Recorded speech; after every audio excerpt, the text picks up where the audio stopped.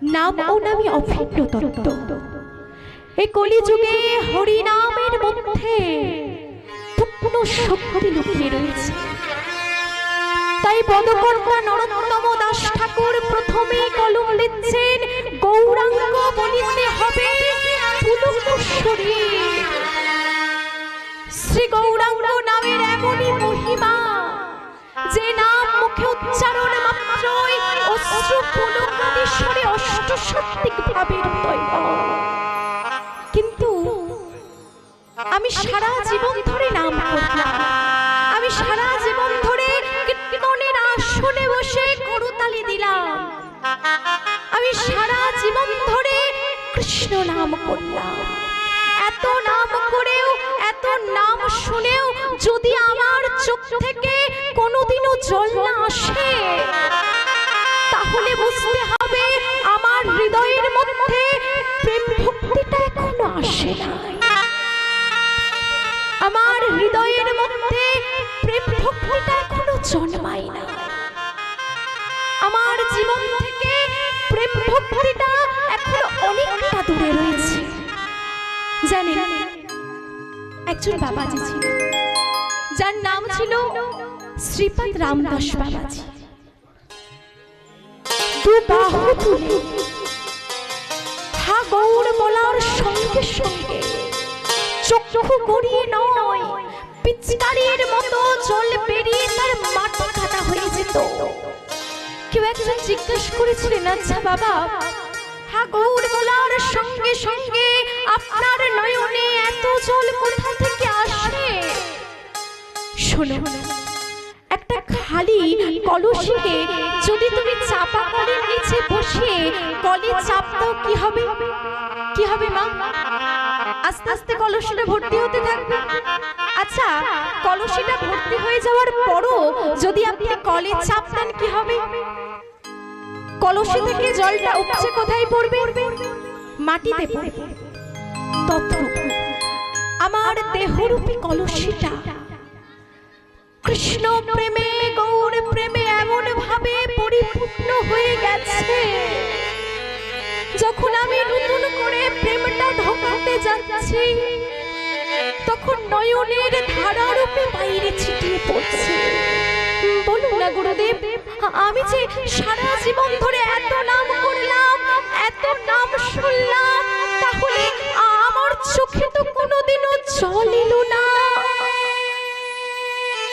মনে রাখবে, এত নাম করেও, এত নাম শুনেও যদি তোমার চোখে কোনোদিনও জল না আসে, তাহলে বুঝতে হবে হরি নামের কৃপা এখনো তুমি পাও না। এখনো তোমার মনটা বিষয় বিশ্বে জর্জরিত। তাই হরিবাসরে যাওয়া, আসর ভর্তি করা, দুটোই তোমার সার হয়েছে বাবা, লাভের লাভ কিচ্ছু হয় না। তাই পদকর্তা পরবর্তী কলমে লিখছেন, আর কবে নিতাই চায় করুণা করিবে, করুণা করিবে, করুণা করিবে। আর কবে নিতাই করুণা করিবে, করুণা করিবে, করুণা করিবে।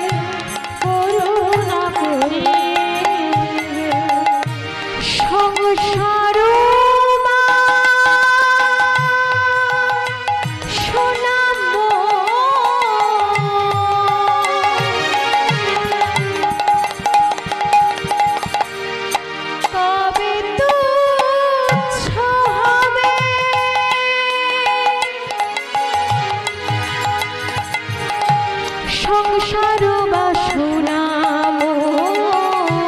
কবে তুচ্ছ হবে সংসার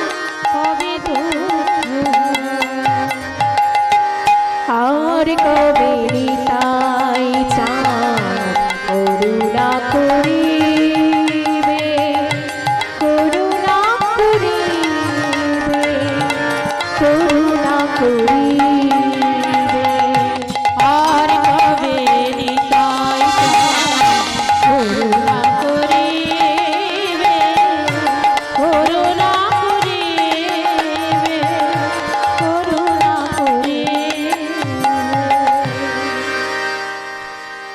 এমনই আমার নিতাই চাঁদের করুণা, যে করুণার কথা বলতে গেলে এসে যায় সেই নগর কোটাল জগাই মাথাইয়ের কথা।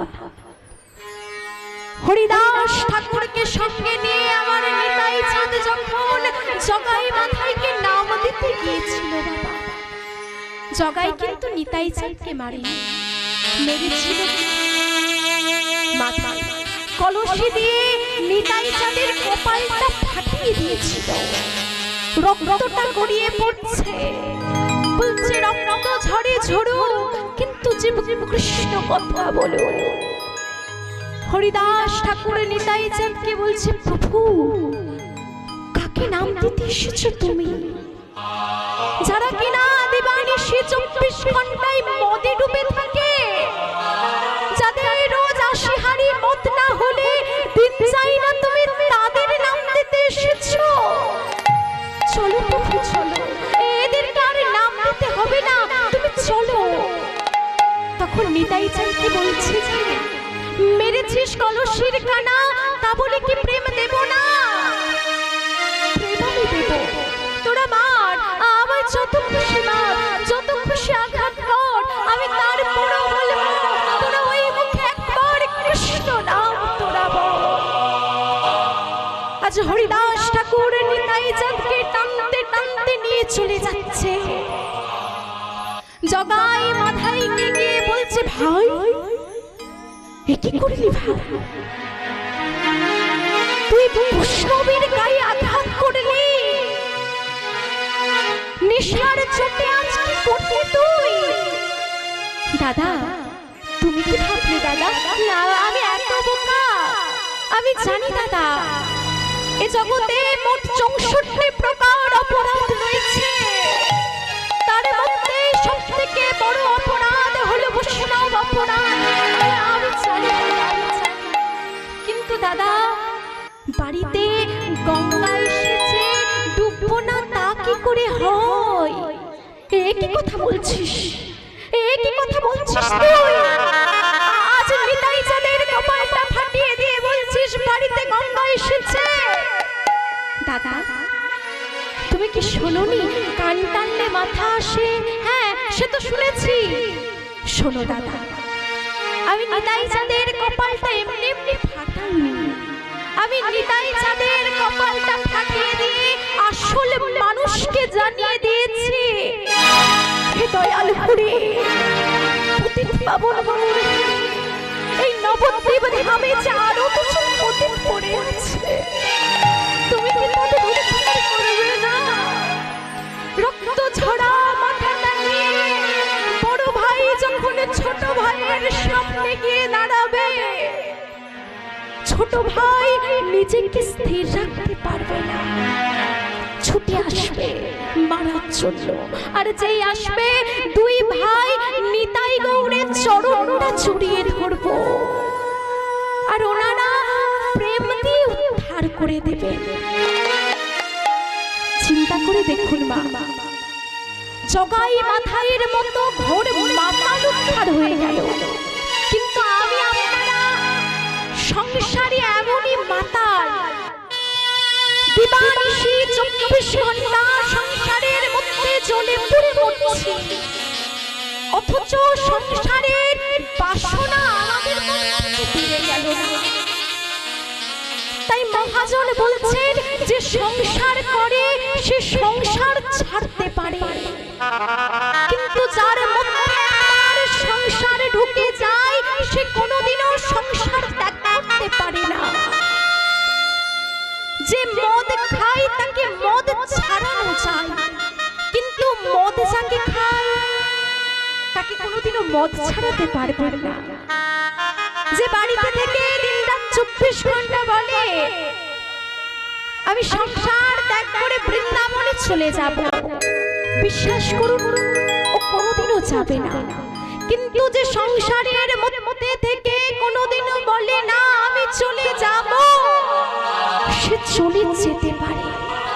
তাই সংসারের মধ্যে পড়ে থাকা অশুদ্ধ মনটাকে পরিশুদ্ধ করতে পারেন একমাত্র আমার নিতাই চাঁদ। বিষয় ছাড়িয়া কবে শুদ্ধ হবে মন, বিষয় ছাড়িয়া কবে শুদ্ধ হবে মন, বিষয় ছাড়িয়া কবে শুদ্ধ হবে মন, বিষয় ছাড়িয়া কবে শুদ্ধ হবে মন।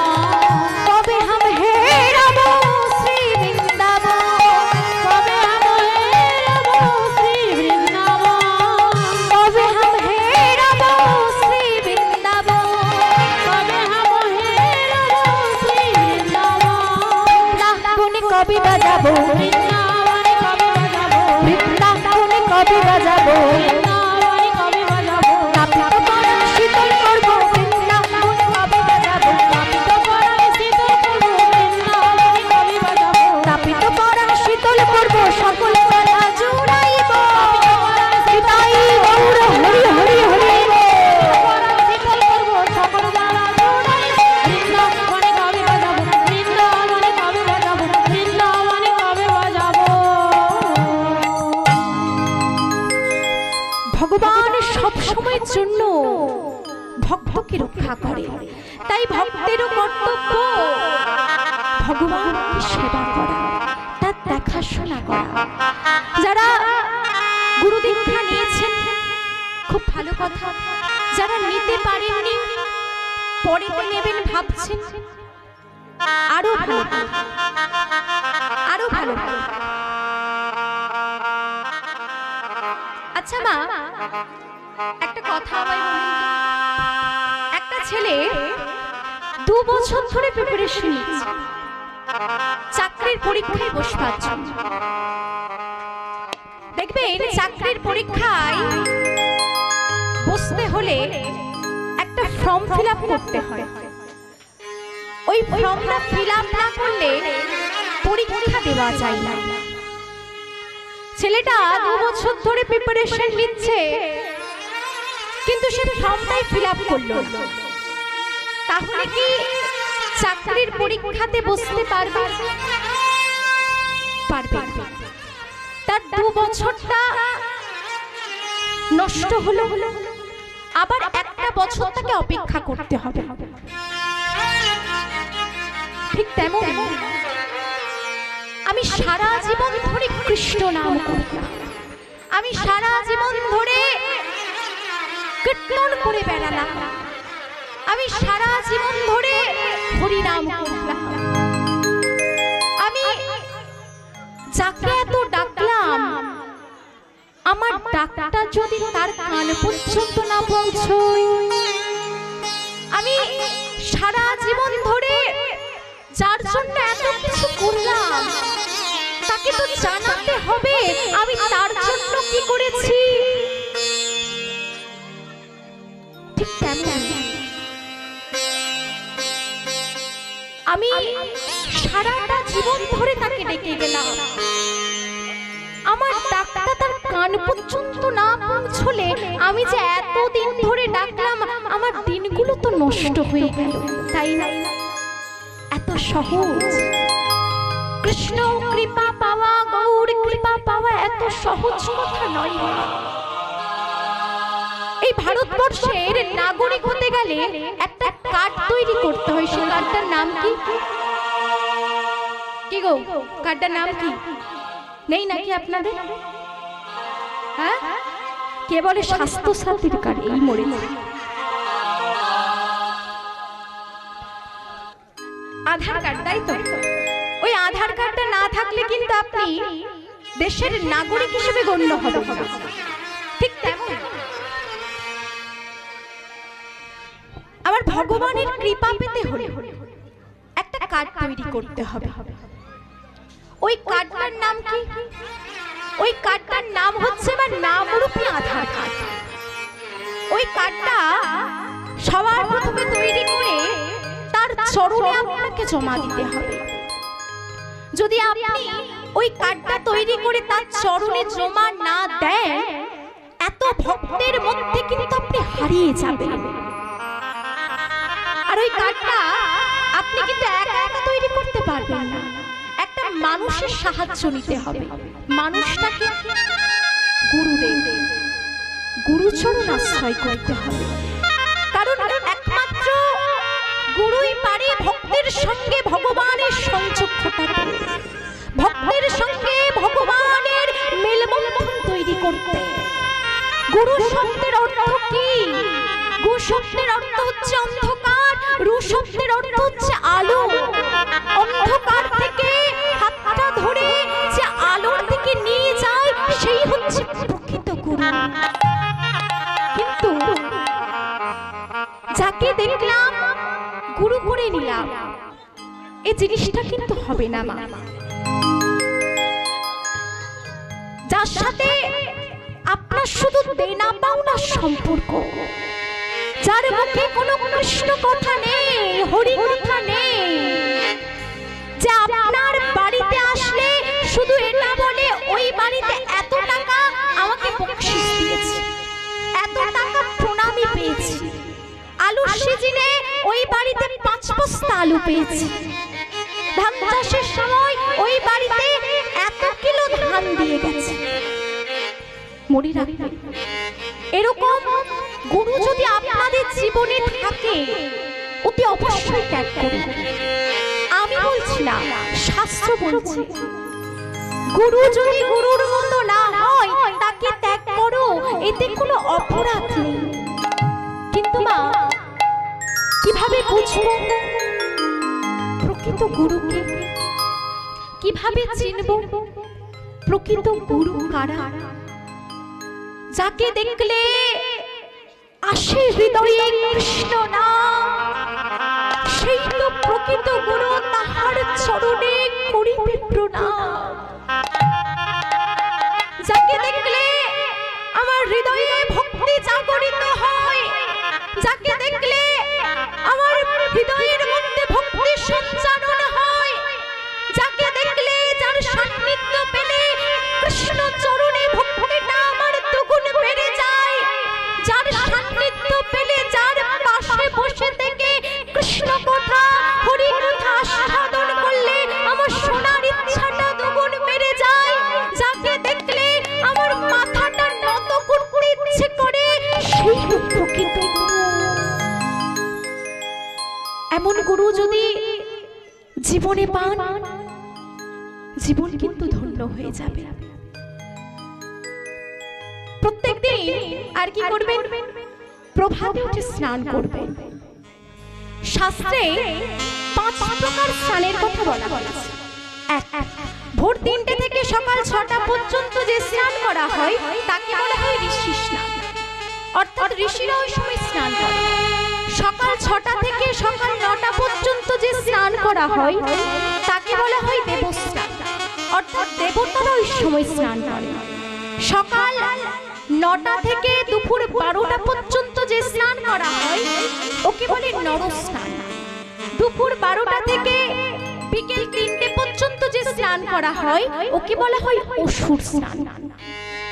এছাড়াও আরেক প্রকার স্নান রয়েছে, যার নাম হলো মন্ত্র স্নান, অর্থাৎ মন্ত্রের দ্বারাই দেখবেন ব্রাহ্মণ পুজোয় বসে পুজো শুরু করবার আগে মন্ত্রের দ্বারা এক প্রকার স্নান করে, নিজের দেহটাকে শুদ্ধিকরণ করবার জন্য। 5 প্রকার স্নানের কথা বললাম। আপনারা একটু ভেবে নিন যে প্রত্যেকদিন কি স্নান করেন, কোন সময় স্নান করেন, তাহলে কিন্তু বুঝে যাবেন যে রোজ আপনারা কি স্নান করে থাকেন। আচ্ছা মা, এদিকে হয় কিনা জানি না, অনেক মায়েরা রয়েছে যারা প্রত্যেকদিন সকালে 7টা না বাজলে ঘুম থেকে ওঠে না। আপনাদের এদিকে আছে? হ্যাঁ, ও আচ্ছা আচ্ছা, বৌমারা আছে তাই তো? না, সবার সামনে বৌমাদের নাম বললে আবার বিপদ আছে। রাধে রাধে। এদিকে হয়তো আপনাদের নেই, আমাদের ওদিকে আছে। 7টার সময় ঘুম থেকে উঠে কি করলাম, কাপড়টা ছেড়ে সোজা রান্নাঘরে ঢুকে গেলাম। আচ্ছা মা বলুন তো, আপনি যখন রাত্রিবেলা ঘুমিয়েছিলেন আপনি কি জানতেন পরের দিনে আপনি সূর্যোদয়টা দেখতে পাবেন? জানতেন? ঘুমের মধ্যে তো চলে যেতে পারতাম না? হ্যাঁ কি না পারতাম তো?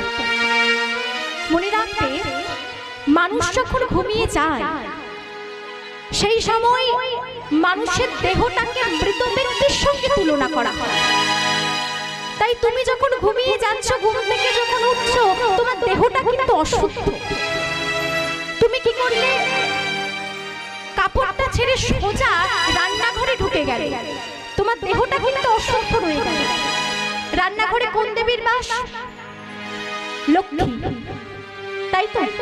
আচ্ছা, অশুদ্ধ শরীরে যে তার ঘরে প্রবেশ করলে সে কি তোমার ঘরে বাসা বাঁধবে?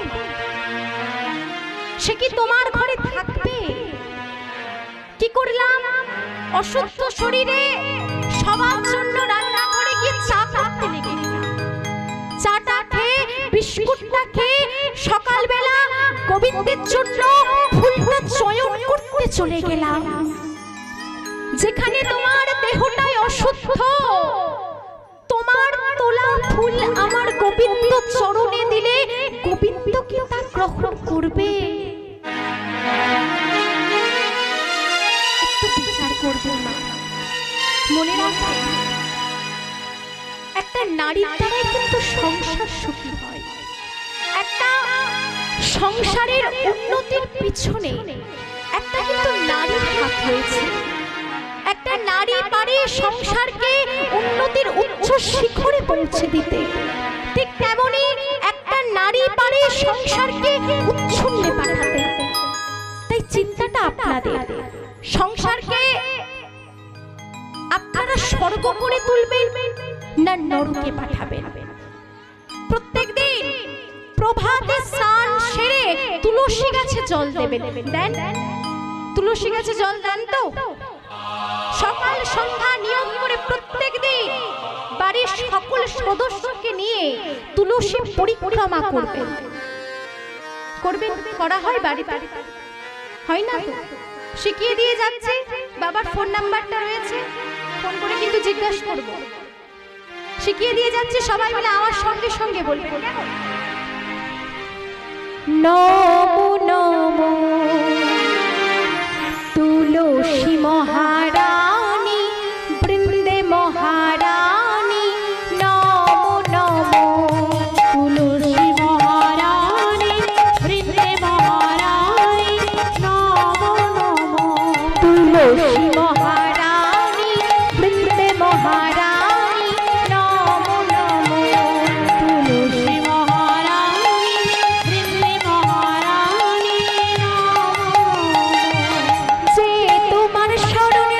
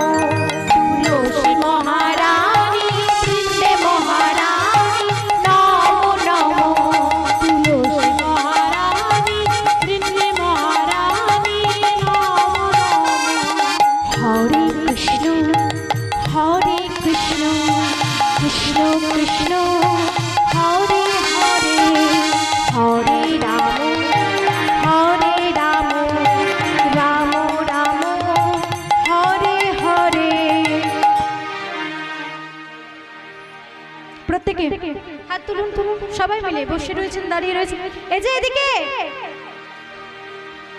এই যে শুধু কি ফটো তুললেই হবে? সবাই মিলে একটু হাত তুলুন প্রত্যেকে। হরিবাসরে দাঁড়িয়ে লজ্জা কিসে? হরিবাসরে দাঁড়িয়ে কখনো লজ্জা করতে নেই মা। তুলুন তুলুন সবাই মিলে, বলুন আমার সঙ্গে সঙ্গে, হরে কৃষ্ণ হরে কৃষ্ণ কৃষ্ণ কৃষ্ণ হরে হরে, হরে রাম হরে রাম রাম রাম হরে হরে, হরে কৃষ্ণ কৃষ্ণ কৃষ্ণ হরে হরে, হরে রাম রাম রাম হরে হরে, হরে কৃষ্ণ কৃষ্ণ কৃষ্ণ কৃষ্ণ হরে হরে, হরে রাম রাম রাম হরে হরে, হরে কৃষ্ণ কৃষ্ণ কৃষ্ণ হরে হরে, হরে রাম রাম রাম হরে হরে, হরে কৃষ্ণ কৃষ্ণ কৃষ্ণ কৃষ্ণ হরে হরে, হরে রাম রাম হরে হরে, হরে কৃষ্ণ নিতাই গৌর সীতানাথ প্রেমানন্দ হরি হরি বল। রাম রাম হরে হরে।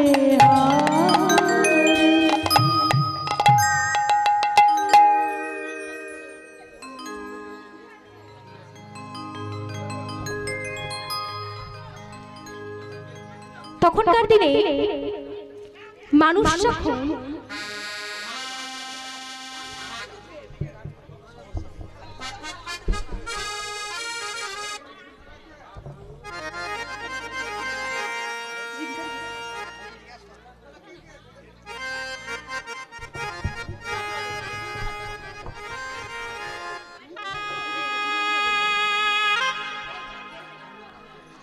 তখনকার দিনে মানুষ যখন তীর্থে যেতেন না, পায়ে হেঁটে কিন্তু যেতেন। এখনকার দিনের মতো এত বাসও ছিল না, ট্রেনও ছিল না, আর সপ্তাহে সপ্তাহে টুরিস্ট বাসও ছাড়া হতো না। মানুষ তখন ধামে গেলে পায়ে হেঁটে কিন্তু যেতেন। তখনকার দিনের একজন বাবা পায়ে হেঁটে পুরী ধামে গিয়েছিলেন। খুব কষ্ট করে 18-17 দিন ধরে খুব কষ্ট করে পায়ে হেঁটে পুরী ধামে গিয়েছে প্রভুকে দর্শন করবে বলে মা। এবার পুরী ধামে পৌঁছে মন্দিরের ভেতর প্রবেশ করতে যাবে, ঠিক সেই সময় পান্ডাদের মধ্যে থাকা একজন পান্ডা চিৎকার করে বলছে, এই যে আপনাকে বলছি, দাঁড়ান দাঁড়ান দাঁড়ান, কোথায় যাচ্ছেন আপনি? না কেন? আমি প্রভুকে দর্শন করতে যাচ্ছি। না না, আপনি প্রভুকে দর্শন করতে যেতে পারবেন না। কেন? কেন পারবো না আমি? কারণ পুরীতে বিশেষ বিশেষ কিছু নিয়ম রয়েছে। তার মধ্যে একটা নিয়ম হলো হিন্দু ছাড়া অহিন্দু মন্দিরের ভেতর প্রবেশ করতে পারে না। কেন? আমাকে কি দেখে মনে হচ্ছে যে আমি অহিন্দু? আমি তো হিন্দু, তাহলে আমাকে প্রবেশ করতে দিচ্ছ না কেন? শোনো, দিচ্ছি না তার অনেকগুলো কারণ রয়েছে। কারণ তুমি যাকে দর্শন করবে বলে যাচ্ছ, স্বয়ং জগন্নাথ দেব তোমার মুখ দর্শনটা করবেন না বলেছে। কি এত হাজার হাজার ভক্ত প্রভুকে দর্শন করতে যাচ্ছে, কই আমার প্রভু তো কাউকে বাধা দিলেন না, কাউকে বারণ করলেন না, আর বেছে বেছে কিনা আমাকে বারণ করলেন। হ্যাঁ করেছে। কেন জানো? ত্রেতা যুগে রাম রাবণের যুদ্ধের সময় তুমি রাক্ষসদের পক্ষে ছিলে। যুদ্ধ শুরু করবার আগে কাশি বাজিয়ে বাজিয়ে তুমি রাক্ষসদের ঘুম ভাঙাতে।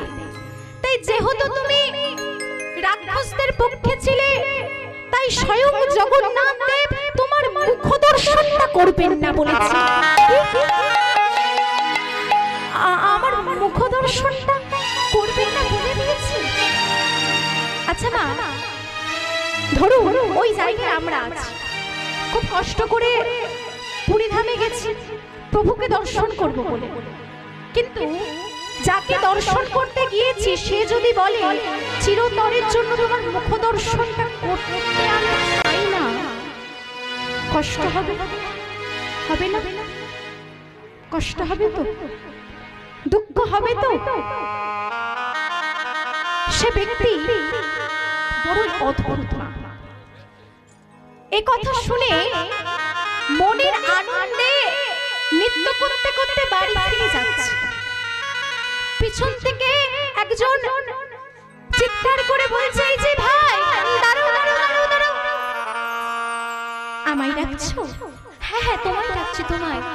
আচ্ছা তুমি যে এতটা পথ কষ্ট করে পায়ে হেঁটে আসলে শুধু প্রভুকে দর্শন করবে বলে, আর প্রভু যে বলে দিল চিরতরের মতো তোমার মুখ দর্শন করতে আমি চাই না, এতে তোমার কষ্ট হলো না? এতে তোমার দুঃখ হলো না? তুমি মনের আনন্দে নৃত্য করতে করতে বাড়ি ফিরে যাচ্ছ? হ্যাঁ যাচ্ছি। কেন জানো? আচ্ছা এখানে তো হাজার হাজার ভক্ত প্রভুকে দর্শন করতে যাচ্ছে, কই আমার প্রভু তো কাউকে বারণ করলেন না, কাউকে বাধা দিলেন না। চিন্তা করে দেখো তো, ত্রেতা যুগ থেকে যার মুখটা মনে রেখেছে আলাদা করে, তার কি আর জগন্নাথ দেবের দর্শনের প্রয়োজন আছে? আমি মনে রাখিনি তো কি হয়েছে, আমার প্রভু তো আমার মনটা মনে রেখেছে, এতে আমার সব কিছু পাওয়া হয়ে গেছে। এমন ভক্ত হতে পারলাম না মা। ভক্ত যে কেমন হয়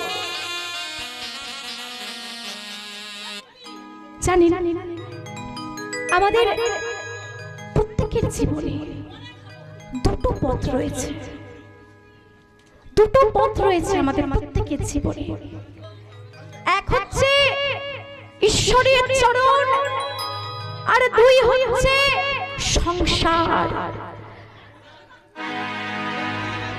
এই যে আমি আপনাদেরকে বলছি, আপনারা যে ফটো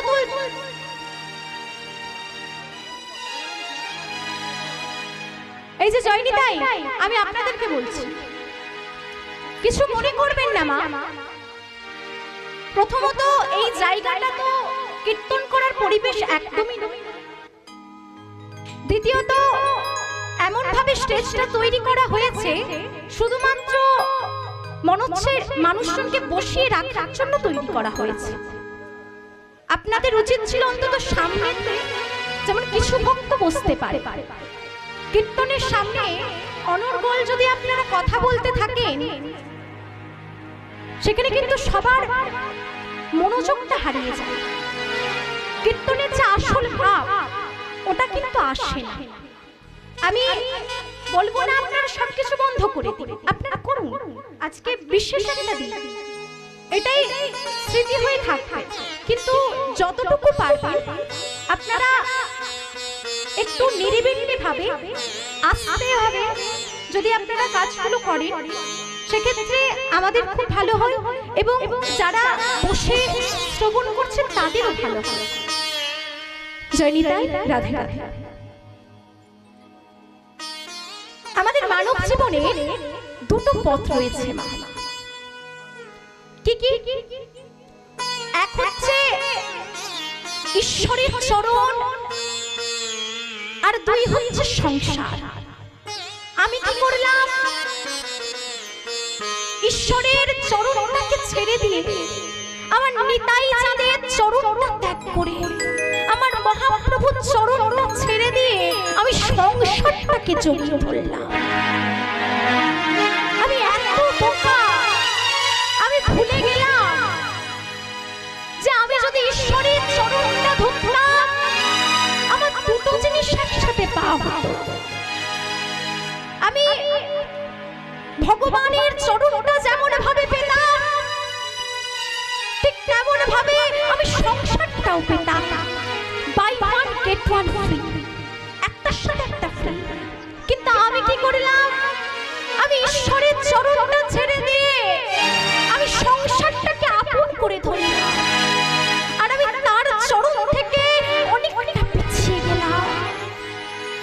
একটু মনে মনে অনুভব করবেন, যারা আমার থেকে বয়স জ্যেষ্ঠ বসে রয়েছে বা ছোট বসে রয়েছে, যাদের বয়স 40, 50, 60 বছরে চলছে, বুকটায় হাত দিয়ে প্রত্যেকে বলতে পারবেন, কেউ একজন বলতে পারবেন যে ঈশ্বরের কথা চিন্তা করে তার জন্য তাকে ভেবে কেউ আমরা নীরবে একবারও চোখের জল ফেলেছি? পারবেন কেউ বলতে? কেউ পারবেন না। জানেন, আমি যখন ছোট ছিলাম, আমার মা বাবাকে যখন আমি আমার মনটা দিয়েছিলাম, তারা যখন আমার মনে দুঃখ দিয়েছিল আমি তাদের জন্য কেঁদেছিলাম।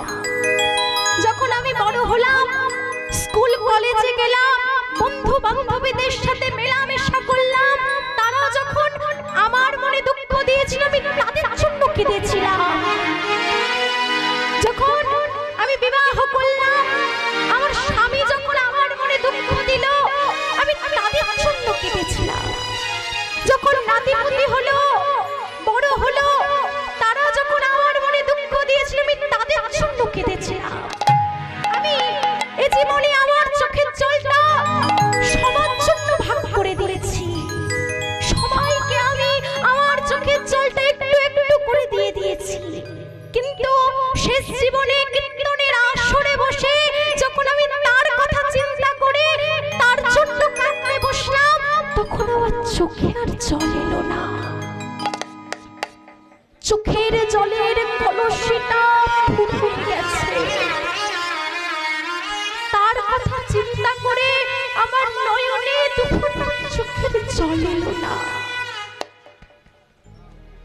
যে এত সুন্দর করে দেহ দিয়ে পাঠালো, এত সুন্দর নয়ন দিয়ে পাঠালো, যার জন্য এত বড় বড় অনুষ্ঠানে যেতে পারছি, হরিবাসর হচ্ছে, তাকে ঘিরে বড় বড় মেলা হচ্ছে। আমি কি করলাম? হরিবাসরে গিয়ে মেলাতে ঢুকে সবার প্রথম দোকানদারের কাছ থেকে ঘুগনির বাটিটা চেয়ে নিলাম। দোকানদার কি করলেন? আমাকে ঘুগনির বাটিটা দেবার আগে উপর থেকে পেঁয়াজটা ছড়িয়ে আমাকে দিয়ে দিল। কি খাওয়াই না খাচ্ছি। লিখে দিয়েছে একটা ডিমে 10 টাকা, দুটো ডিমে 18 টাকা, 2% ডিসকাউন্ট। কি পরিমাণে মানুষের ভিড়! তুমি ওই 2% এর পিছনে ছুটে যাও। কীর্তনের আসনে বসে হরি নাম শুনলে, কৃষ্ণ কথা শ্রবণ করলে, হাতে করো তালি দিলে ভবিষ্যতের ভবসাগরের পথটা তোমার পরিষ্কার হবে। এখানে তো 100% ডিসকাউন্ট চলছে। আপনি কোনটা নেবেন? ওই 2% না 100%? ওটা তোমার চিন্তা। আমি কি করলাম? হরিবাসরে গিয়ে কোনোভাবে প্রসাদটা খেয়ে বাড়িতে এসে কম্বলটা চাপা দিয়ে ঘুমিয়ে পড়লাম। এই জন্য এত সুন্দর দেহটা দিয়ে পাঠালো, এই জন্য এত সুন্দর মানব জীবনটা দিয়ে পাঠালো, যে এত সুন্দর মানব দেহটা দিয়ে পাঠালো, এত সুন্দর একটা জন্ম দিয়ে পাঠালো, যার জন্য এত সুন্দর একটা পরিবার পেয়েছি। তার জন্য তো কিছু করা লাগবে। আমি এই জীবনে তার জন্য বিন্দুমাত্র চিন্তা করলাম না, এই জীবনে তার কথা আমি বিন্দুমাত্র ভাবলাম না। আমার তো জীবনটা বৃথা চলে যাবে। মনে রাখবেন না, বৃন্দাবনে মূল 3টে ঠাকুর রয়েছে। এক হচ্ছে গোবিন্দ, দুই হচ্ছে গোপীনাথ, তিন হচ্ছে মদন মোহন। এই তিনটে ঠাকুরের উদ্ধারকর্তাকে আমাদের বৈষ্ণব জগতের ছজন বৈষ্ণব, যাদের জন্য আজ আমরা রাধা কৃষ্ণকে চিনতে পেরেছি, যাদের জন্য আজ আমরা রাধা কৃষ্ণ কি এটা জানতে পেরেছি।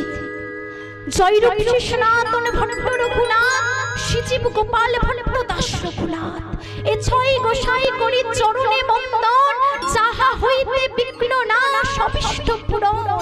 এ ছয় গোসাই যবে ব্রজে কইলেন বাস, রাধা কৃষ্ণের নিত্য লীলা করিলেন ভুবনে প্রকাশ। আমি সারা জীবন ধরে কীর্তন করে করে বেড়ালাম, আমি সারা জীবন ধরে হরিনাম করলাম, কিন্তু আমার মনে কখনো প্রশ্ন জাগলো না, আমার মনে কখনো কি বাড়ল না যে ছজন বৈষ্ণবের কথা জানা দরকার। এই ছজন বৈষ্ণবের কথা আমার বোঝা দরকার। মনে রাখবেন না, যতই সন্তান বড় জায়গায় যাক না কেন, সন্তান যদি মা বাবার অবদানকে অস্বীকার করে, ও সন্তান কোনোদিনও উচ্চ স্থানে উঠতে পারবে না। সন্তানের প্রথম কর্তব্যই হচ্ছে মা বাবার অবদানকে স্বীকার করা।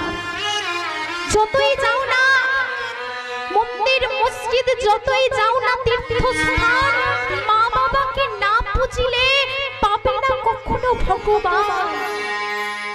তুমি মন্দিরে যাও, মসজিদে যাও, তুমি গির্জায় যাও, তুমি হিন্দু হও, মুসলমান হও, শিখ হও, জৈন হও, বৌদ্ধ হও, তুমি যেই হও না কেন, মা বাবাকে না সেবা দিলে, না ভক্তি ভরে তাকে দেখাশুনো করলে ভগবানকে কখনো পাওয়া যায় না। ঠিক তেমন এই ছজন বৈষ্ণবের কথা যদি আমরা ভুলে যাই, আমাদের কিন্তু ভজনের প্রথম ধাপটাই কিন্তু সরে যাবে, আর কিছু লাভ হবে না। গৌরাঙ্গ বলিয়া নাগিনু গলিয়া কেমনে ধরিনু দে, দে মানে কি? দেহ। চৈতন্য মহাপ্রভু যদি কলিকালের মাটিতে না আসতেন, কলির জীব নিজের দেহটাকে ধরে রাখার ক্ষমতা হতো না। অন্য কিছু তো পরের কথা।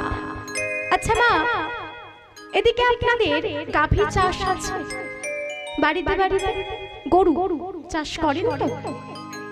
আচ্ছা, গরু যখন বাচ্চা প্রসব করে, মাতৃগর্ভ থেকে বাছুরটা যখন পৃথিবীতে আসে, হাঁটাচলা করতে কতক্ষণ সময় লাগে না?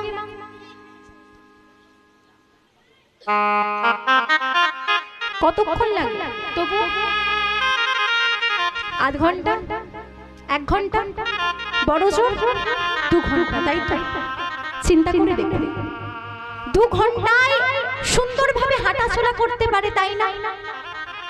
মানুষের দিকে তাকিয়ে দেখুন, মাতৃগর্ভ থেকে পৃথিবীতে আসার পর 2 ঘন্টা তো দূরস্থ, 2 বছরেও ঠিক করে হাঁটাচলা করতে পারে না।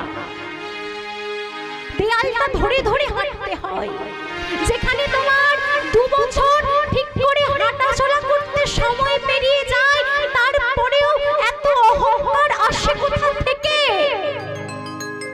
একবার ভেবে দেখো তো ভাই, যখন মারা যাবে হেঁটে কি শ্মশান অবধি যেতে পারবেন?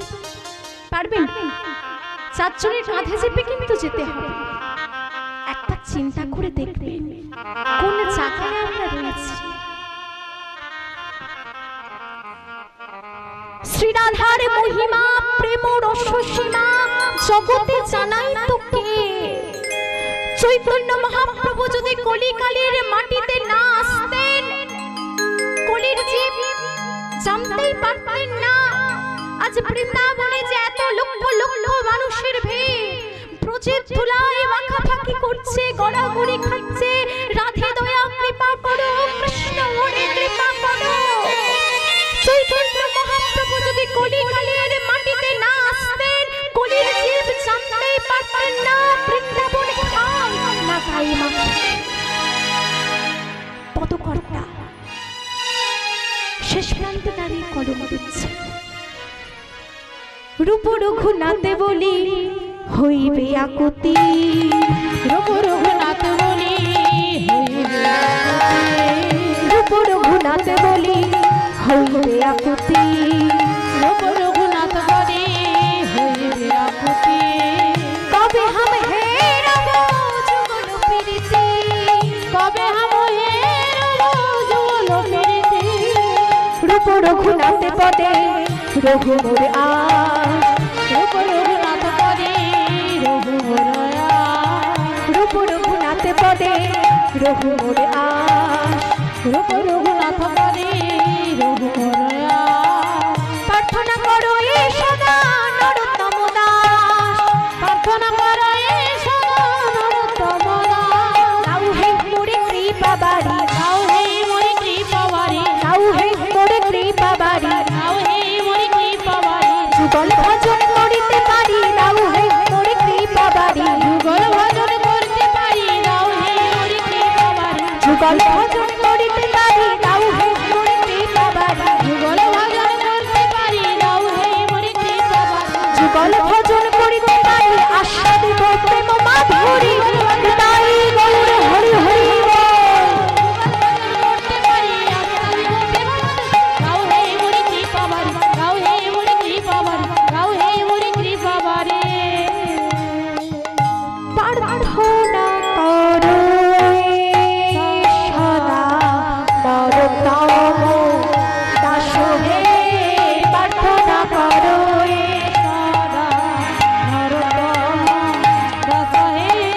প্রার্থনা করো সদা নরোত্তম গীতাতে কথা কথা গীত কথাতে গীতাতে কথা কথা গীতাতে কথা গীতাতে গীতাতে তটে কথা গদি না কথা তটে কথা গদি জানতি জানতি জানতা খুশিতা তটা খুশিতা জানতা খুশিতা তটা খুশিতা জানতা খুশিতা তটা খুশিতা ঘননা রে ঘননা ঘননা রে ঘননা ঘননা রে ঘননা ঘননা রে ঘননা কথা গীতা কথা কথা গীতা কথা গীতা কথা কথা গীতা কথা গীতা গীতা তটে কথা গদি ঘননা কথা তটে কথা গদি সদা নরোত্তম দাস হে। প্রার্থনা করো সদা নরোত্তম করো এ সদা নরোত্তম দাস হে। भैया जन्ना जन गीता जन गीता जन गीता भैता गुणरा भैता गुणरा भैत गीता गीता जाति जाति धरत धरत धरत धरत कथा कथा कथा गनी तने कथा कथा गनी कथा कथा कथा गनी तने कथा कथा गनी कथा कथा कथा गनी तने कथा कथा गनी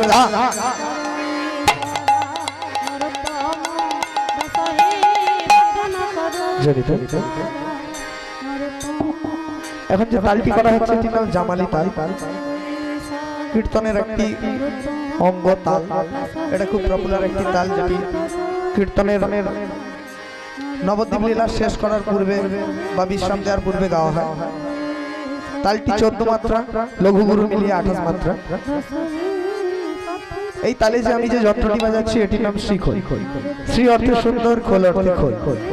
এই খোলকে কেনই বা আমরা কীর্তনে বাজাই? না, শ্রীখোলের যে ডান পাশে বাজাচ্ছে এই ডান পাশে বিরাজ করেন শ্রী নিত্যানন্দ প্রভু এবং এই বাম পাশে বিরাজ করেন শ্রী গদাধর প্রভু।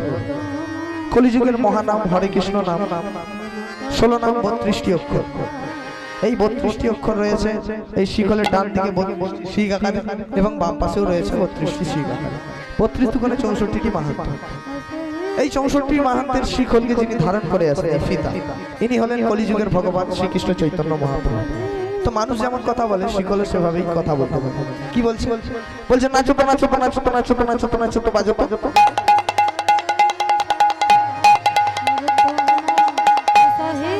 নাচতে বলছে। কি হলো? নাচতে বলছে তো বসে আছে। এমনি এমনি কেউ কি আর নাচবে? এর জন্য তো কিছু বলবানি দরকার। এরপর কি বলছে? বলছে ত্রিকট ধ্যানে ধ্যানে নাচো তো নাচো তো, ত্রিকট ধ্যানে ধ্যানে নাচো তো নাচো তো।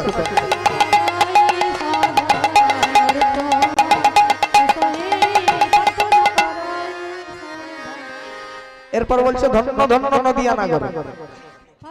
আমরা নদিয়ার মানুষ তো, গৌরাঙ্গের দেশের মানুষ তো, আমাদেরকে ধন্য কেন বলো?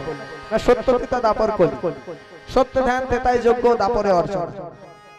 আমাদের কোনো কিছু করার মতনই সময় নেই, তাই জন্য মহাপ্রভু একটি সহজ উপায় নিয়ে এলেন, এই মধুর হরিনাম।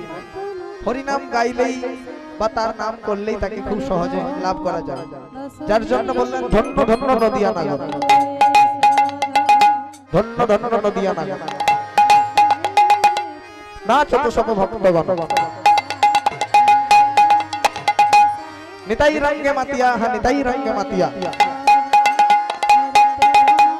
দুটি দুটি দুটি ভাই, দুটি দুটি দুটি ভাই, চৈতন্য নিতাই, নিতাই নিতাই চৈতন্য, চৈতন্য নিতাই। সবশেষে কি বলছে? বলছে বলো ভাই গৌর নিতাই, বলো ভাই গৌর নিতাই, বলো ভাই গৌর নিতাই।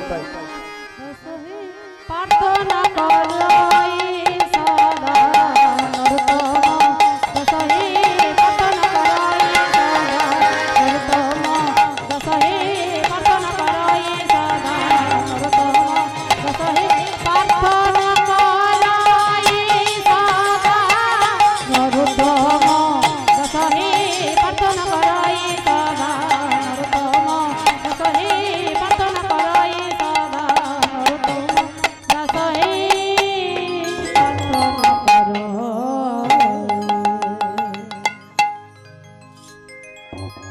জয় নিতাই, জয় গৌর, জয় রাধেশ্যাম। জয় নিতাই, জয় গৌর, জয় রাধেশ্যাম। এতক্ষণ ধরে আমরা গৌর উৎসবটিকে আস্বাদন করলাম, এবার লীলার মধ্যে আমরা প্রবেশ করব। প্রবেশ করতে যাওয়ার আগে কিছু কথা বলি মা। আমার নিতাই যাদের কৃপা না পেলে যেমন গৌর কৃপা লাভ করা যায় না, ঠিক তেমনি রাধা রানীর কৃপা না পেলে কখনো কিন্তু কৃষ্ণ কৃপা পাওয়া যায় না। তাই আপনারা প্রত্যেকে একটু বৃন্দাবন থেকে ঘুরে আসবেন। কি যাবেন তো? ও মা, খিদে পেয়েছে? কথা নেই কেন? তোমরা কি কথা কথা বলো না নাকি কারোর সাথে? যাবেন তো? প্রত্যেকে বলুন, আমি তো কিচ্ছু শুনতে পাচ্ছি না। যাবেন কি যাবেন না? এই তো একটু সারা শব্দ করলে খুব ভালো লাগে। চলুন আমরা সবাই মিলে একটু বৃন্দাবন থেকে ঘুরে আসি। রাধা রানী মহারানী, রাধা রানী মহারানী, কৃপা করো না, কৃপা করে বৃন্দাবনে নিয়ে চলো না। রাধা রানী মহারানী, রাধা রানী মহারানী, কৃপা করো না, কৃপা করে বৃন্দাবনে নিয়ে চলো না। রাধা রানী মহারানী, রাধা রানী মহারানী, কৃপা করো না, কৃপা করে বৃন্দাবনে নিয়ে চলো না। রাধা রানী মহারানী, রাধা রানী মহারানী,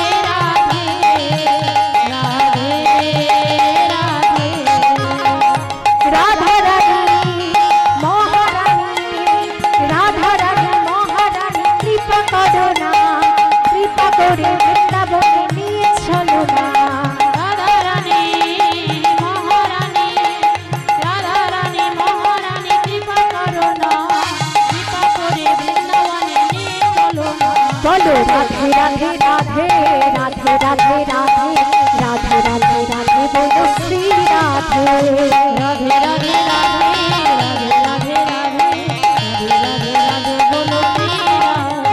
বলো রাধে রাধে রাধে রাধে রাধে রাধে রাধে রাধে রাধে বলো শ্রী রাধে রাধে রাধে রাধে রাধে রাধে রাধে রাধে রাধে রাধে বলো শ্রী রাধে। সবাই গিয়েছেন বৃন্দাবনে? গিয়েছেন? বৃন্দাবনে গেলে উলুধ্বনি করতে হয়। উলুধ্বনি কোথায়? বলি রাধা রানী কি জয় বাক্য বিহারী লাল কি জয়। আজকের এই মহতি হরিবাসর কি সমাগত সকল ভক্ত বৃন্দ কি হৃদয় গৌর সীতানাথ প্রেমানন্দে হরি হরি বল। বলো রাধে রাধে রাধে রাধে রাধে রাধে রাধে রাধে রাধে বলো শ্রী রাধে হৃদয় গৌর হরি হরি বল। রাধে রাধে রাধে বলো শ্রী রাধে। বলো রাধে রাধে রাধে রাধে রাধে রাধে রাধে রাধে রাধে বলো শ্রী রাধে রাধে রাধে রাধে রাধে রাধে রাধে রাধে রাধে রাধে বলো শ্রী রাধে। রাধে রাধে রাধে রাধে রাধে রাধে বলো শ্রী রাধে। রাধে রাধে রাধে বলো শ্রী রাধে। রাধে রাধে রাধে বলো শ্রী রাধে। আজ আমরা যে লীলাটি আস্বাদন করব, আজ আমাদের আস্বাদনের বিষয় হচ্ছে শ্রী রঘুনাথ দাসপাদের জীবনী কথা। এই রঘুনাথ দাস ছিলেন ভক্তি ও ত্যাগের পরাকাষ্ঠা এবং অপরদিকে ছিলেন মহাপ্রভুর কৃপা সিদ্ধ ভক্ত। প্রত্যেকদিন বৃন্দাবনে তিনি 1000টা মন্দির এবং 2000টা বৈষ্ণবের চরণে দণ্ডবোধ হয়ে প্রণাম করতেন। এই বৈষ্ণব জগতে মোট 4 জন বৈষ্ণব সব থেকে উল্লেখযোগ্য রয়েছে, যাদের শিরোপা আজ পর্যন্ত কেউ নষ্ট করতে পারে। এই 4 জন বৈষ্ণবের গায়ে আজ পর্যন্ত কেউ কালি দিতে পারেনি। কারা এই 4 জন বৈষ্ণব? নামে শিল হরিদাস, প্রণামে রঘুনাথ দাস, রঘুনাথ দাস, আচার্য শ্রী রামানন্দ, রামানন্দ, প্রচার্য শ্রী নিত্যানন্দ, প্রচারী শ্রী নিত্যানন্দ। নামে শ্রী হরিদাস। হরিদাস ঠাকুরের মতো হরিনামের রেকর্ড কেউ করতে পারেনি বাবা। কে এই হরিদাস? নামাচার্য শিল হরিদাস, কাম্যবিজয়ী হরিদাস, নামবিজয়ী হরিদাস। 22 বাজারে প্রেত্রাঘাত সহ্য করেও যে চৈতন্য মহাপ্রভুর নাম ত্যাগ করেনি সেই হরিদাস। গণিকা লক্ষ হীরাকে যে উদ্ধার করেছিলেন সেই হরিদাস। হরিদাস ঠাকুর রোজ প্রত্যেক দিন 3 লক্ষের বেশি হরিনাম করতেন। সারা মাসে 390 লক্ষ 1 কোটি হরিনাম করতেন যে সাধু, তার নাম হচ্ছে ঠাকুর হরিদাস। তারপর বললেন প্রণামে রঘুনাথ দাস। রঘুনাথ দাস কত করে প্রণাম করতেন তা আমি আপনাদেরকে আগেই বলবো। প্রত্যেক দিন রাধা কুণ্ডের পাড়ে দাঁড়িয়ে 1000টা মন্দির 2000টা বৈষ্ণবের চরণে দণ্ডবোধ হয়ে প্রণাম করতেন। চিন্তা করে দেখুন 3000 বার সারাদিনে প্রত্যেকটা দিন দণ্ডবোধ হয়ে মানে শুয়ে পড়ে প্রণাম। অথচ আমি আপনারা এমনই কলির হতভাগা জীব যে সারাদিনে একবার গোবিন্দের কাছে গিয়ে মাথাটা ঝোঁকাতে আমাদের বড় কষ্ট হয়। তারপর বললেন আচার্য শ্রী রামানন্দ। রামানন্দ রায়ের মতো কৃষ্ণ ভক্তির আচরণ কেউ জানে না। যে সমস্ত বাড়ির মা বাবারা ফুল গাছ লাগান, আমি রাত্রেবেলা ঘুমোতে যাওয়ার আগে দেখলাম গাছটা একটা কুড়ি এসেছে। আমি সকালে ঘুম